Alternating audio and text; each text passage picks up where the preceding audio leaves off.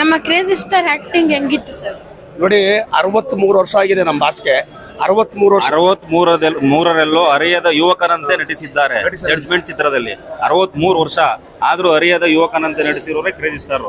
Cinema ನೋಡಿದಾಗ ಗೊತ್ತಾಗುತ್ತೆ ಯಾವ ತರ ಇದೆ ಅಂತ ಅಂದ್ಬಿಟ್ಟು. ಎಲ್ಲರೂ ಸಿನಿಮಾ ಬಂದು ಥಿಯೇಟ್ರಲ್ಲಿ ನೋಡ್ರಿ, ಆವಾಗ ಗೊತ್ತಾಗುತ್ತೆ ಏನಂತ ಅಂದ್ಬಿಟ್ಟು. ಈಗ ಸಿನಿಮಾ ಥಿಯೇಟರ್ಗಳೆಲ್ಲ ಮುಚ್ಚಬೇಕಂತ ಹೇಳ್ತಾ ಇದಾರೆ. ಎಲ್ಲರೂ ಪ್ರತಿಯೊಬ್ರು ಸಿನಿಮಾ ನೋಡಿದ್ರೆ ಥಿಯೇಟ್ರಲ್ಲಿ ಬಂದಾಗ ಥಿಯೇಟ್ರೇ ಮುಚ್ಚಲ್ರು. ಈಗ ವಾಣಿಜ್ಯ ಮಂಡಳಿಯೆಲ್ಲ ಅನೌನ್ಸ್ ಮಾಡ್ತಾ ಇದಾರೆ ಥಿಯೇಟರ್ ಮುಚ್ಚಬೇಕಂತ ಅಂದ್ಬಿಟ್ಟು. ಯಾಕೆ ಮುಚ್ಚಬೇಕಂತ ಇದಾರೆ? ಜನ ಬರ್ದೇ ಇರೋದ್ರಿಂದ. ಜನ ಬಂದು ಥಿಯೇಟ್ರಲ್ಲಿ ಸಿನಿಮಾ ನೋಡಿದ್ರೆ ಥಿಯೇಟರ್ ಮುಚ್ಚಾದ್ರಿಂದ ಸಿನಿಮಾಗಳಿಗೆಲ್ಲ ಪ್ರೋತ್ಸಾಹ ಕೊಡ್ಬೇಕು ಜನಗಳು. ಯಾರು ಪ್ರೋತ್ಸಾಹ ಕೊಡಲ್ಲ, ಎಲ್ಲ ಯೂಟ್ಯೂಬಲ್ಲಿ ನೋಡ್ಕೊಂಡು ಕೂತಿರ್ತಾರೆ. ಬಂದು ಥಿಯೇಟ್ರಲ್ಲಿ ಸಿನಿಮಾ ನೋಡ್ರಿ, ಈ ತರ ಸಿನಿಮಾಗಳನ್ನ ಗೆಲ್ಸ್ಬೇಕು.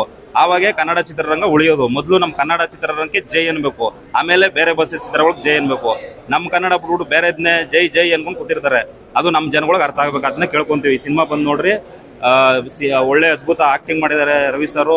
ಪ್ರತಿಯೊಬ್ರು ಆಕ್ಟ್ ಮಾಡಿದ್ದಾರೆ. ರವಿ ಸರ್ ಬರ್ತ್ಡೇ ಗಿಫ್ಟ್ ಇದು, ಆಯ್ತಾ, ಜಡ್ಜ್ಮೆಂಟ್ ಮೂವಿ. ಆದ್ರಿಂದ ಪ್ರತಿಯೊಬ್ರು ಬಂದು ಸಿನಿಮಾ ನೋಡ್ಲೇಬೇಕು. ನೋಡ್ಬೇಕಾಗಿರೋ ಫ್ಯಾಮಿಲಿ ಸಿನಿಮಾ ಕುತ್ಕೊಂಡು ನೋಡುವಂತ ಸಿನಿಮಾ ಇದು. ಏನೇನಾದ್ರು ಕ್ವಶನ್ ಕೇಳೋದಿದ್ಯಾ? ಬರ್ತಾ ಸಿನಿಮಾ ಬಂದ್ಬಿಟ್ಟು ಫಸ್ಟ್ ಹಾಫ್